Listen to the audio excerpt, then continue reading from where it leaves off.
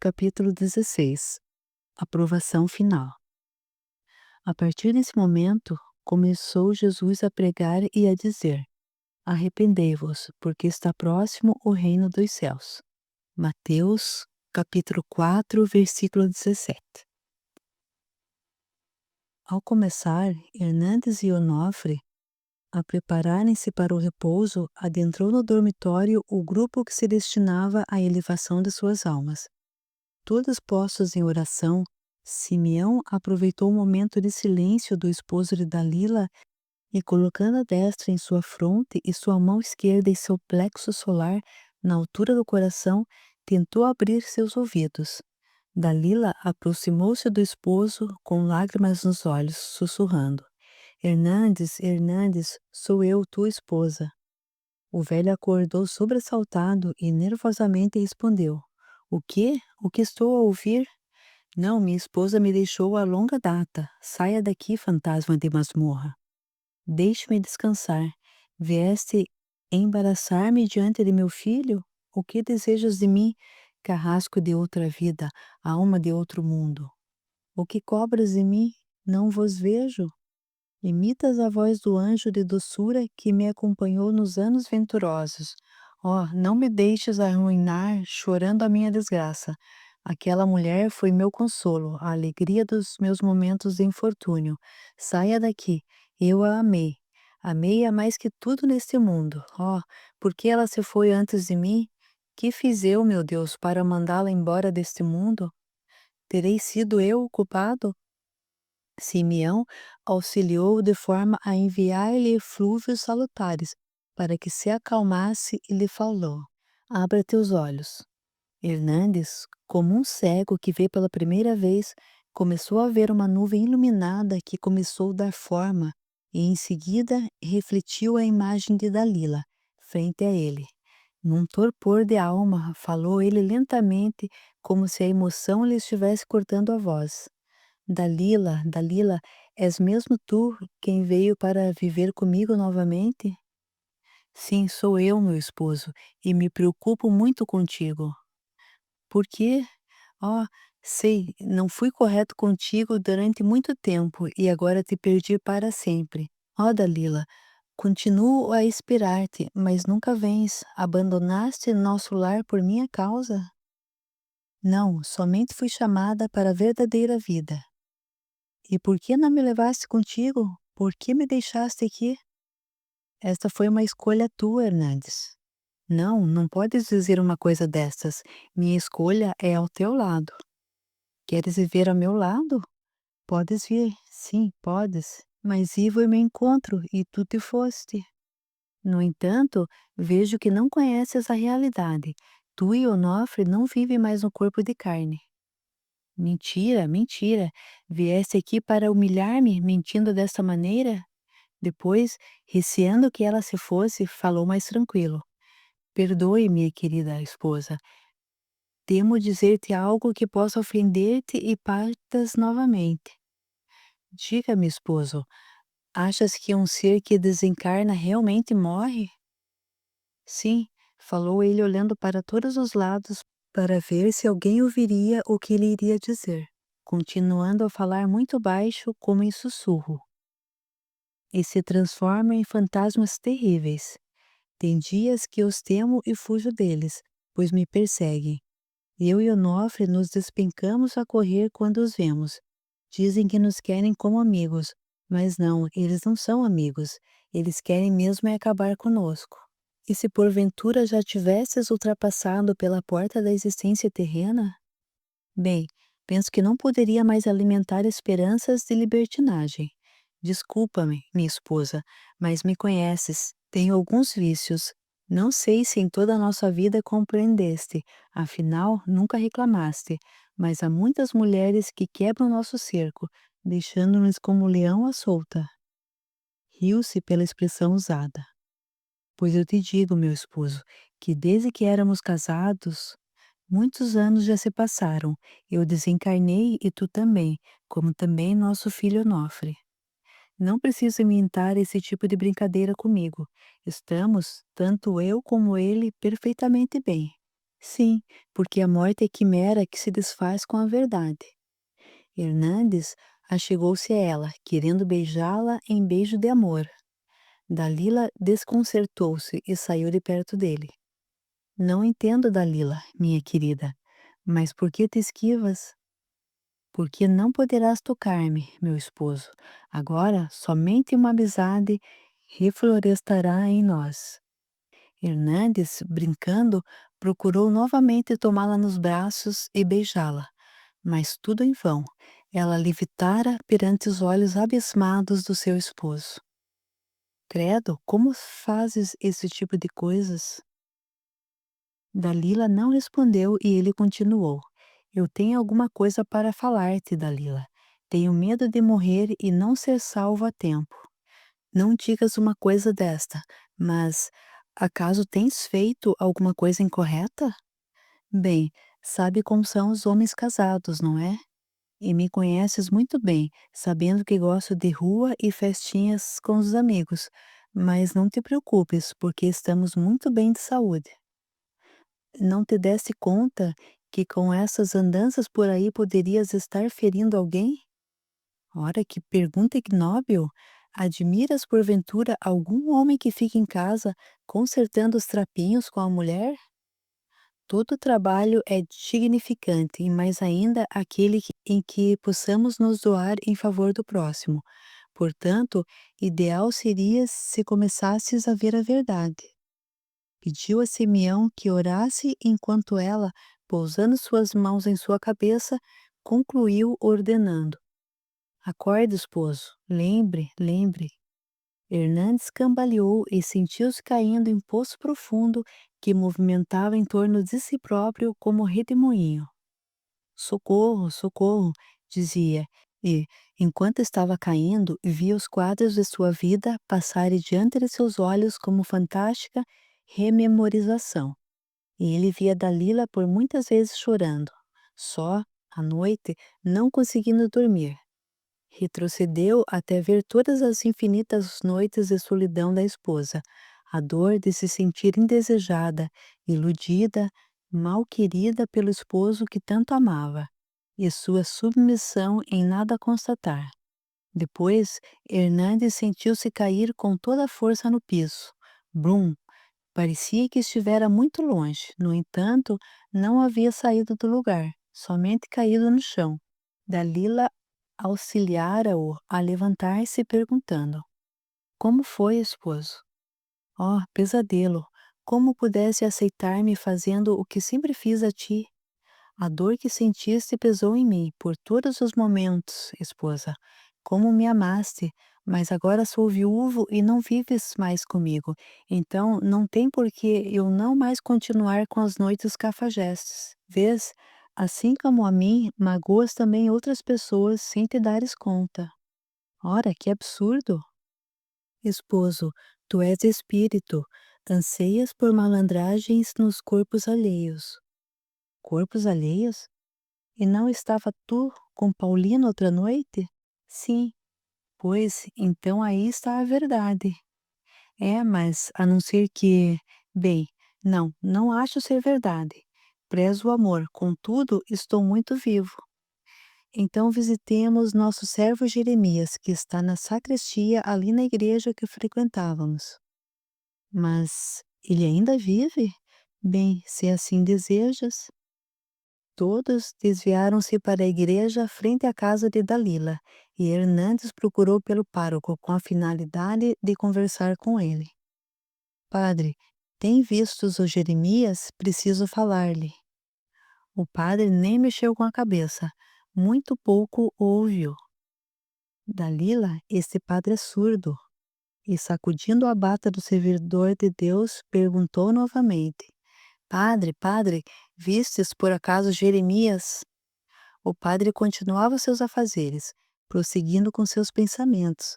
Pela terceira vez, Hernandes perguntou, dessa vez tentando apanhar seu braço. Contudo, viu que não conseguia. Então, dispôs a chorar sentado em um dos bancos, em frente daqueles púlpitos. Morri, Jesus, eu morri. Oh, perdoa-me, Senhor. Dalila disse a verdade. O que fazer agora? Miguel, ali confrontando o desespero daquela alma amargurada, tensionara-se de tal forma que nada fazia a não ser chorar. Pobre avô amado, como fora ingênuo, a ponto de nada saber a respeito da realidade. Simeão chegou-se a Miguel conformando-o. O infeliz nada sabe a respeito de vidas anteriores e reencarnação. Agora esse pobre homem entrega-se à derrota total, porque vê a sua verdadeira realidade. Dalila, ó Dalila, fique comigo, não me deixes. Então, tens que te retirar de uma vez por todas dessas noitadas. Não posso, está em meu sangue, sou um homem.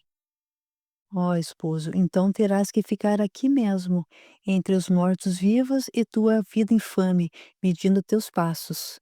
Porque tudo te será cobrado. Fizeste mal à jovem Erundina, aconselhando a Paulino estremecê-la nos braços. Ora, bobagem, quem não quer não cede. A pessoa responsável por essas palavras, quem é? Onofre, teu filho. Onde ele se encontra? Penso que me vendo falar contigo sem ver a ninguém, tomou-se por louco e não mais quis ficar aqui. Teme fantasmas. Bem, aguardo que o chames. Preciso conversar seriamente com ele. O avô de Miguel, desiludido com a vida que sentira definitivamente terminar, sentou-se no piso sobre o tapete, a chorar e relembrar desafortunadamente todas as apreensões que ele tivera a respeito da vida em favor do que considerava amor. Gritou por Onofre, que, assustado, adentrou na peça, olhando a todos os lados. Com quem falavas, papai? Eram novamente as almas de outro mundo? Ora, meu filho, eu estou muito triste. O que foi, meu pai? Simplesmente perdemos nossa alma, expressão que ele falava quando perdia alguma oportunidade na vida. Mas o que aconteceu? Penso que teremos que mudar nossa maneira de agir. De que comentas? Farras, bordéis, fumo, bebidas e mulheres ardentes. Oh, não poderei, juro que não poderei. Simeão e Miguel entreolharam-se. Todos estavam ali como que mumificados, desejando saber que orientação seguiriam, se o fato de Dalila estar presente não favoreceria aqueles desencarnados à renúncia de sugadores de fluidos anímicos. Resolveu Simeão mostrar Dalila a Onofre.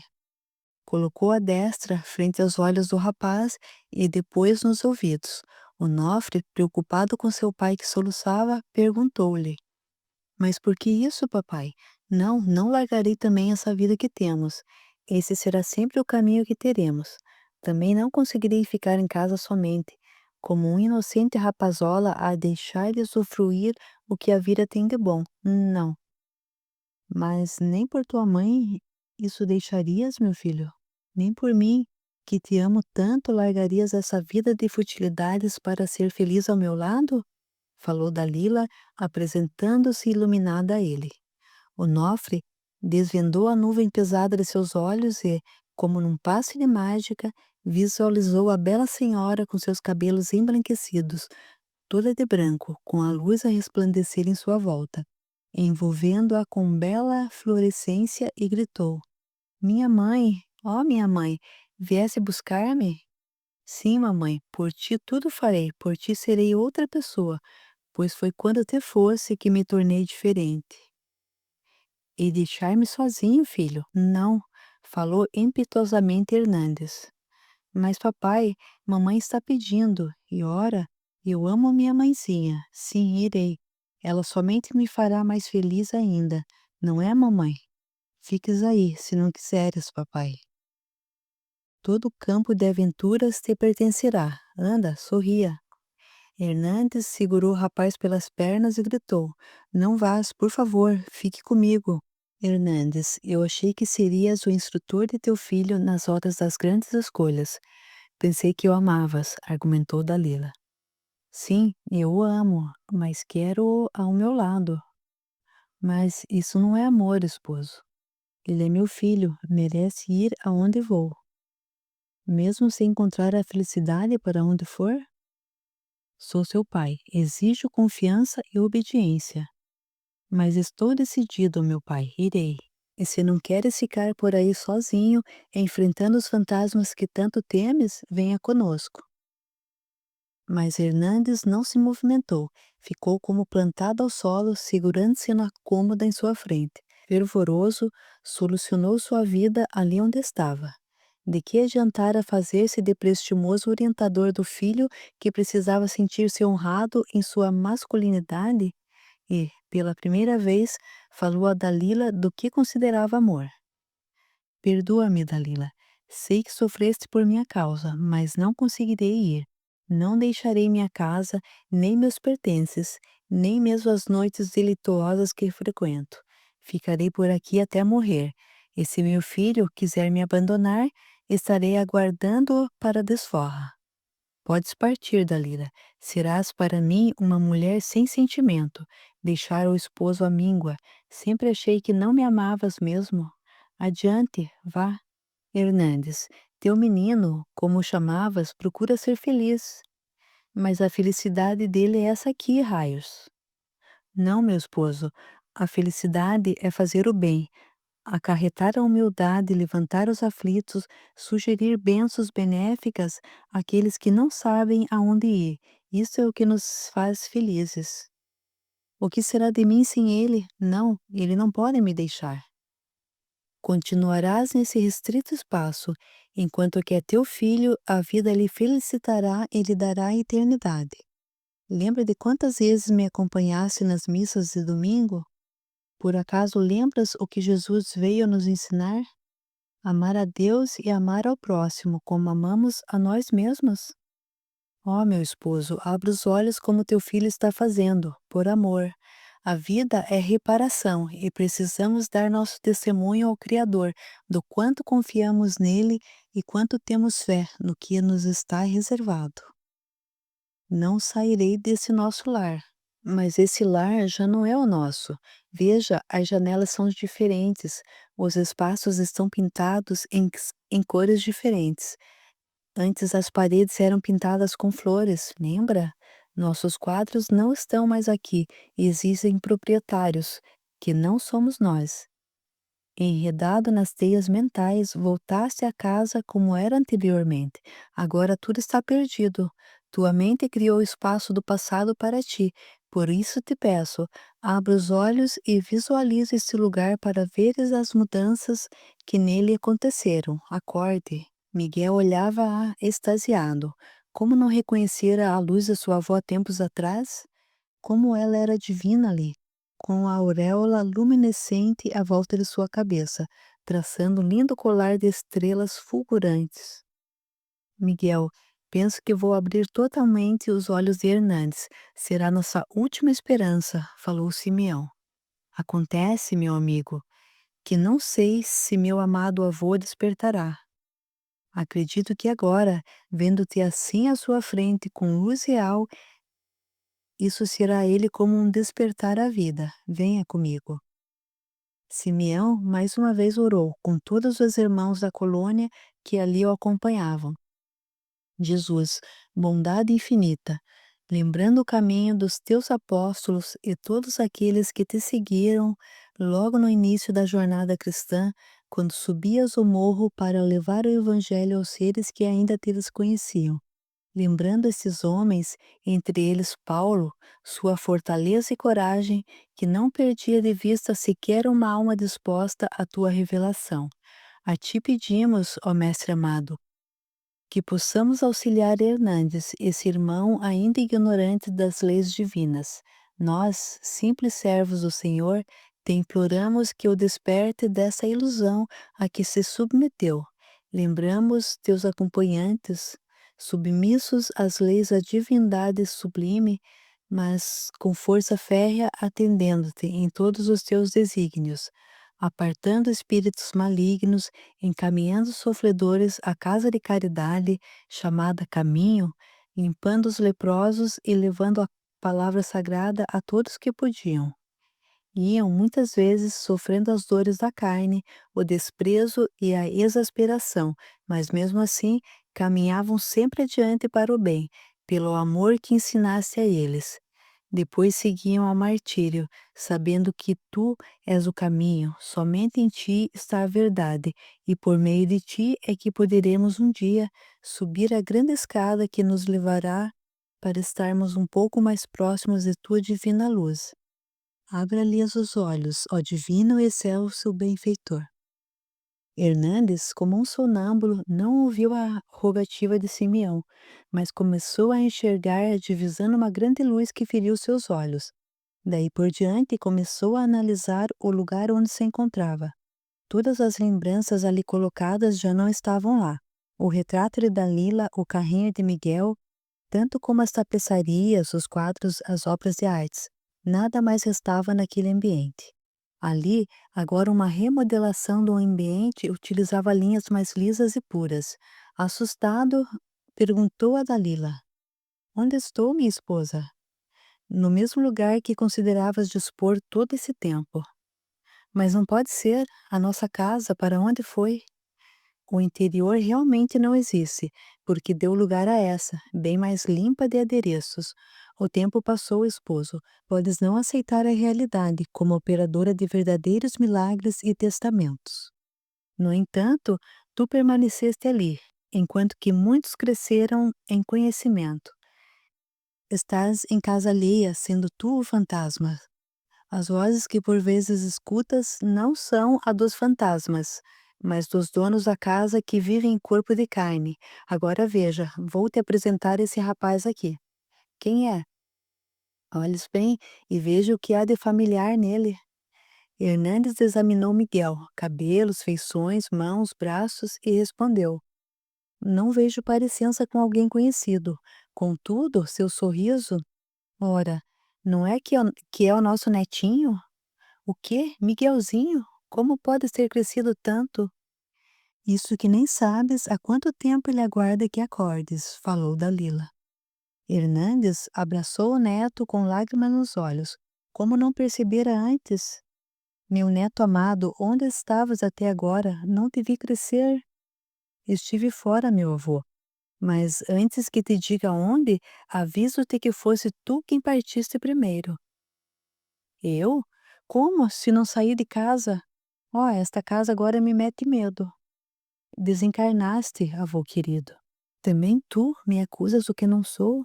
Oh, não consigo ver-me morto, Deus do céu. Mas, meu avô, como vês, não há morte. Somos todos eternos e não passas de um fantasma querido, mas muito, muito teimoso. Fantasma, eu? Tenho medo de fantasmas. Meu avô, falando sério, tens que deixar de ficar perambulando como mariposa em volta da chama. Teu lugar não é mais aqui, avô querido. Venha conosco. Não vês que te amamos muito? Tenho medo. Medo do quê? Medo de fantasmas? Acaso temes a mim também? Tenho medo do que possa me suceder. Olha, neto querido, por mais que eu te ame, por mais que amei tua avó, não posso desistir da minha vida atual. Vá, deixa-me, abandonem-me todos. Acabarei sozinho, porque morto eu não quero estar. Agora me deixem. Podem partir todos. Hernandes saiu rapidamente porta fora à procura de seus afetos pessoais nas tavernas, colocando as duas mãos na cabeça como se estivesse enlouquecendo. Nada adiantou, Simeão. Realmente seus olhos podem ter visto, mas sua mente está tão arraigada aos prazeres materiais que ele não deseja acordar, disse Miguel inconformado. Deixemos o despertar para um novo dia. Partamos, meus irmãos. Falou Simeão, dando um longo e profundo suspiro. O trabalho nos espera. Dalila apanhou a mão de Onofre e olhou para Miguel. Nem tudo se perdeu, não foi, Miguel? Estamos com teu tio aqui. E sorrindo, abraçou o filho querido para levá-lo ao regaço de Deus na colônia Esperança, com o objetivo de reestruturação. Onofre, com as atenções do sobrinho, por certo se restabeleceria brevemente. Ele não desceu ao vale, nada fizera por maldade, mas por desconhecimento, receoso, mas consciente de que precisava sair das zonas umbrais rente à crosta. foi colocado em local de limpeza, primeiro para que todos os fluidos negativos, largados neles por bebida, fumo, narcóticos e sexo, abandonassem seu perispírito, para depois ser iniciado nas aulas evangélicas, a rever seus sentimentos, junto ao trabalho humilde e servil, útil e renovador naquela colônia, que melhoraria seu estado d'alma. Quanto tempo permaneceria? Não sabíamos. Contudo, aquele fora o caminho escolhido. Mais tarde, renasceria em lar abençoado, frequentando a escola espiritista, para mais tarde vir a evangelizar almas necessitadas, espalhando sementes de amor por meio das leis morais do Cristo, principalmente aos jovens estudantes. Anacleto vira a obstinação de Hernandes e voltou o pensamento para suas traspassadas encarnações. Nada havia comentado com Miguel, pois se envergonhava, de fato, pela rebeldia que tivera em outras vidas até sentir-se como mártir, em sua última encarnação, quando só sofrimento colhera. Mas pensando melhor e desejando usar de humildade, vendo a tristeza de Miguel por não levar consigo seu avô, falou abraçando-o. Não fique assim, meu irmão. A tristeza nada nos oferece de positivo. Levante sua cabeça e siga em frente. Como foi isso acontecer? Meu amado avô não quis nos ouvir. Perecerá eternamente no inferno que criou para si. Miguel, nada é eterno. Tens aprendido aqui que tudo passa. O ser humano, mais cedo ou mais tarde, se acorda para a razão do viver. Mas ele já está lá há tanto tempo. Meu irmão, eu já fui assim. Assim como? Se és o nosso instrutor. Mas já fui rebelde e pernicioso por longa data, infinitos anos atrás. Não posso imaginá-lo sendo esse tipo de espírito, Anacleto. Logo tu, que és um dos mais conscienciosos em servir para o bem? Miguel, senta-te aqui se desejas, logo vais te sentir melhor ouvindo minha história. Tudo começou na alvorada de minha primavera. Tinha 12 anos, era jovem, já alto e bem apessoado. Eu chamava muita atenção às mulheres e, como diziam todos, tinha um porte de lord inglês e assim cresci, até formar-me na mesma universidade em que estudaste, mas em direito. Desde casa, com os elogios que sempre recebi, tornei-me orgulhoso, arrogante e, podemos dizer, até mau. Porque a sapiência, a beleza e o dinheiro são provações do espírito e canais que nos levam, na maior parte das vezes, à falência de nossa alma. Tudo que eu tinha e recebera de Deus fora, exatamente, para cumprir karmas do passado, para que pudesse usá-los de maneira consciente, para o bem e não para o mal. Tornei-me, depois de formado, um advogado corrupto e mau caráter, ainda que escondesse minha verdadeira face por meio de um sorriso simpático e agradável, que, na realidade, não passava de falso, pois meu objetivo era agarrar clientes para tirar deles o que podia, considerando-os ingênuos e ignorantes. Anacleto enxugou o suor que escorria de sua fronte. Sorriu um sorriso sem graça e continuou. Somente aí poderás qualificar-me. Sei que o que pensas não é nada favorável a mim, mas eu fui exatamente como estou te relatando. Miguel olhou para ele e levantou as sobrancelhas, fazendo uma careta como se quisesse falar. Puxa, não parecia. Bem, isso é somente o começo. Fui cúmplice de assassinatos por meio de clientes que necessitavam ganhar aquelas causas em que eu levaria grande quantia como pagamento. Iludi inúmeras mulheres, sendo que uma delas suicidou-se por minha culpa. Tornei-me imensamente rico e jamais fui capaz de dar uma mão em auxílio para quem quer que fosse. Minha pobre mãe pereceu de tristeza, pois meu coração tornou-se duro como rocha.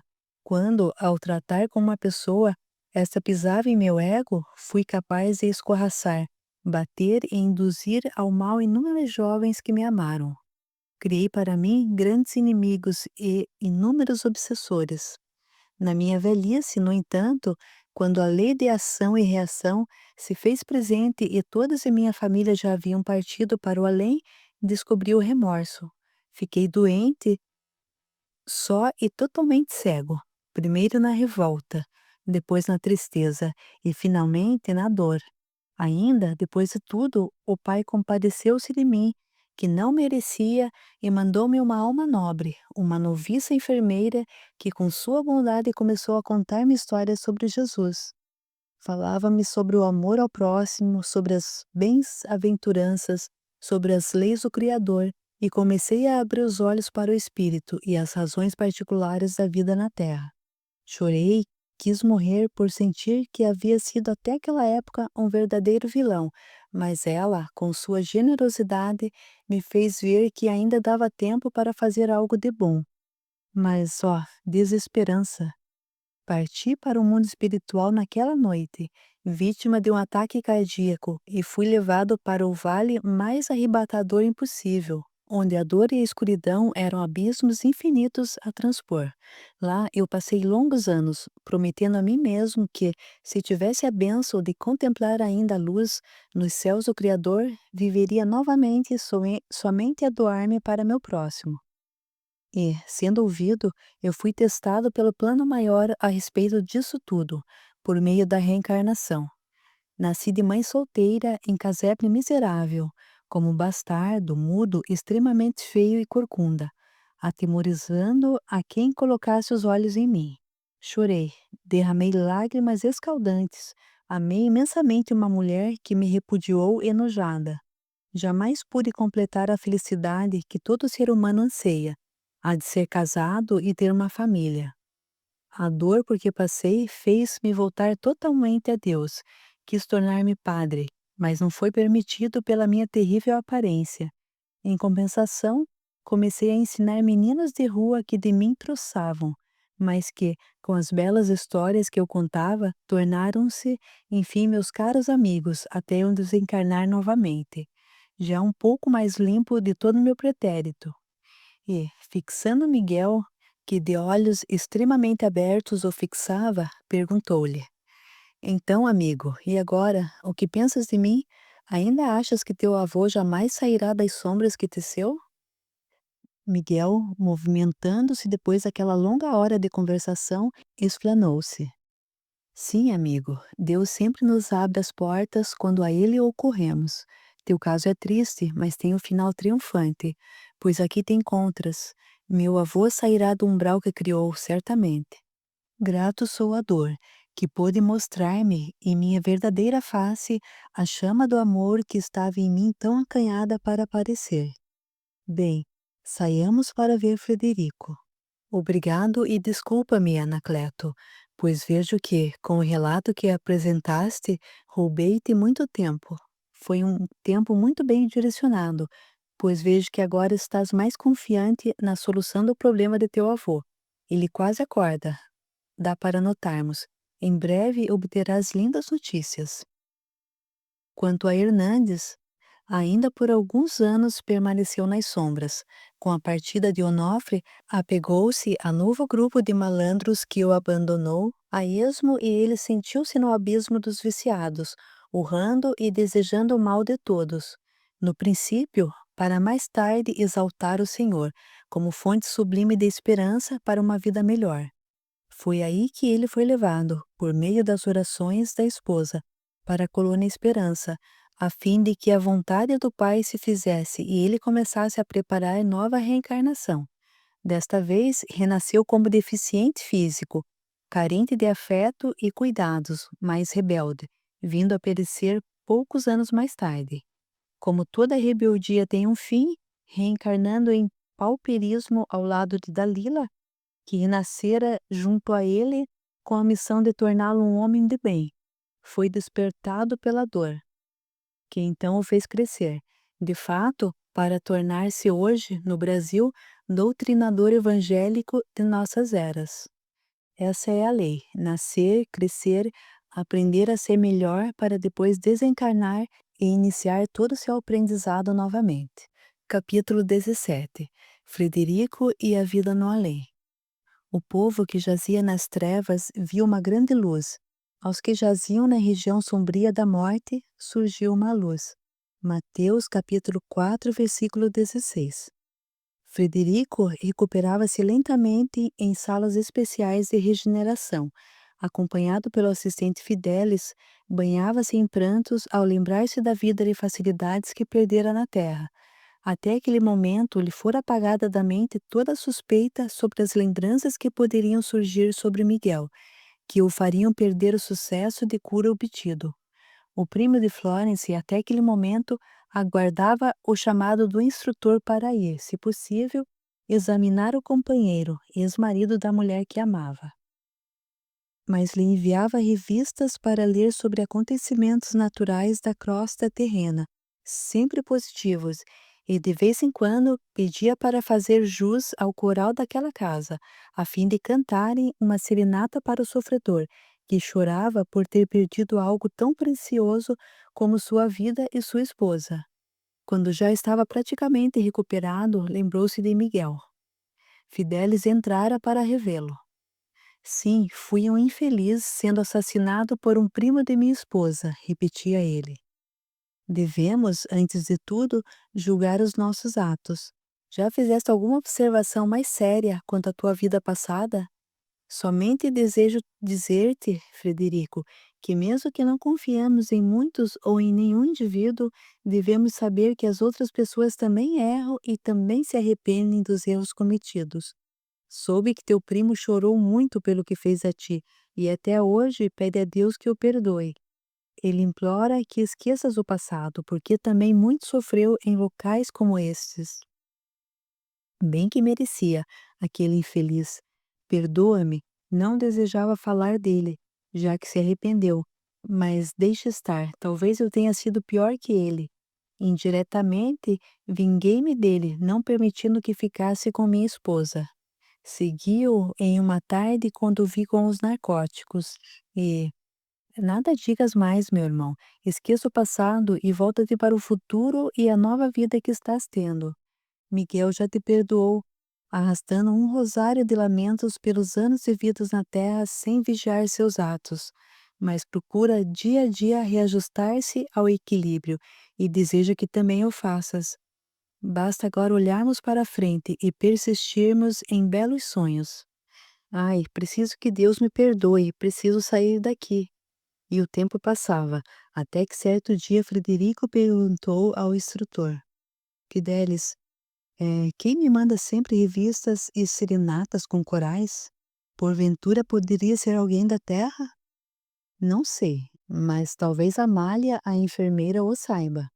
A enfermeira foi chamada e Frederico perguntou a ela com ar de grande curiosidade: Amália, sabes quem me traz sempre esta revista tão útil e manda os rapazes do coral para que eu me distraia? Sabendo de vossa curiosidade, senhor, eu poderei dar-vos um simples toque sobre isso. Alguém que vos conheceu na terra e até era próximo a vós. Alguém que está aqui também? Não posso imaginar. A pessoa que foi buscar-vos no vale. Não me lembro de nada desde que aqui cheguei. Vosso instrutor sabe quem vos trouxe, mas penso que ele vos mostrará no momento preciso quem vos tirou do lugar onde todos nós perambulamos pelas garras do sofrimento. No dia seguinte, Miguel foi procurar por Fidelis. Fidelis, Frederico já estará pronto para receber-me? Com alegria, digo-te que ele já transpira saúde. Fala com equilíbrio e sensatez. Ainda sente falta do álcool, mas penso que mais alguns dias ele já estará pronto para que fales com ele. Aguardarei com ansiedade esse encontro, orando ao Pai para que ele tenha me perdoado. Espero também pelo retorno de Florence ao plano espiritual, que, por certo, ainda não será por esses dias. Contudo, peço a Deus que não seja na mesma época em que Frederico precisará de mim. Desejo auxiliá-lo em todos os passos que terá que dar para a reestruturação de seu equilíbrio mental. Estando Miguel a acompanhar Anacleto em salvamento a um dos sofredores da colônia, recebeu o aviso telepático que aquele seria o dia em que Frederico poderia receber visitas. Preparou-se para a missão com Anacleto e, ao chegar à casa grande, subiu direto aos leitos de reconforto para ver o doente recuperado e conversar com ele. Bateu na porta, uma voz lhe respondeu. Entre. Miguel colocou a cabeça para dentro do quarto e, sorridente, mas muito vagarosamente, adentrou. Pela janela, na luz do entardecer, uma trepadeira de flores era iluminada pelo arrebol rosado. Alguns pássaros brincavam em seus galhos entre as flores, fazendo de vez em quando pequena revoada e voltando logo aos ninhos. Miguel postou-se ao lado da janela. Frederico não pudera ver quem estava ali. A claridade do sol, a deitar-se, adentrava no dormitório e batia em seus olhos, cegando-o. A figura de Miguel, sustentando nas mãos pequeno ramo de rosas vermelhas, aguardava como a pedir permissão a ele. Olá, meu amigo, falou Frederico animadamente. Estou interessadíssimo em saber quem é esse benfeitor que sempre me traz algum mimo. Miguel lentamente caminhou para perto do leito em que estava o antigo esposo da mulher que tanto amava e colocou-se frente a frente a ele. Frederico chocou-se. Miguel? És tu, Miguel? O amado de Florence, imaginando que Frederico fosse expulsá-lo de lá, fez menção em sair, no que Frederico enalteceu-se com voz entrecortada de dor. Ó meu Deus, como sois grande! Mandaste a mim aquele a quem tanto mal eu fiz para que eu pudesse me desculpar a ele? E voltando sua cabeça, olhando-o melhor, concluiu: Vieste vingar-te, Miguel? Jamais. Não me fizeste mal, apenas poliste um pouco esse meu espírito tão imperfeito. Vim eu, sim, para pedir-te perdão. Mas como fomos incrédulos! O Pai nos diz que esqueçamos o mal, e eu te fiz tanto mal, Frederico. Agora nada mais importa. Tu estás aqui. Eu já pedi a Sebastião para te acompanhar aonde quiseres ir. Eu, Miguel, agora ajoelho-me a teus pés dizendo: desejo de todo o meu coração que tu e o Pai me perdoem. Sem teu perdão, jamais alcançarei a felicidade. O Pai seja louvado por essa oportunidade que tive em poder pegar-te no colo e trazer-te para cá, estar por todo esse tempo solidário ao teu leito e conseguir que possas sair deste lugar para os locais de refazimento dessa colônia, onde poderemos conversar sobre nossas atitudes e vantagens em estarmos aqui, nos jardins floridos desse nosso lar atual. Vejo que estás ótimos e disposto também a sair daqui para locais melhores, Miguel. Revi nosso passado, esqueçamos nossos deslizes. Eu também te prejudiquei tentando revidar a ofensa sofrida. Estamos quites agora. Demo-nos as mãos em cumprimento à nova jornada que se inicia. Abraçaram-se e derramaram algumas lágrimas. Choras, Miguel, como eu? Sim, mas, como tu mesmo dizes, também o estás fazendo. Choro por saber o quanto somos pequenos e ignorantes na terra, e pela imensidão da bondade divina que nos cede, dia a dia, a oportunidade de crescimento e salvação.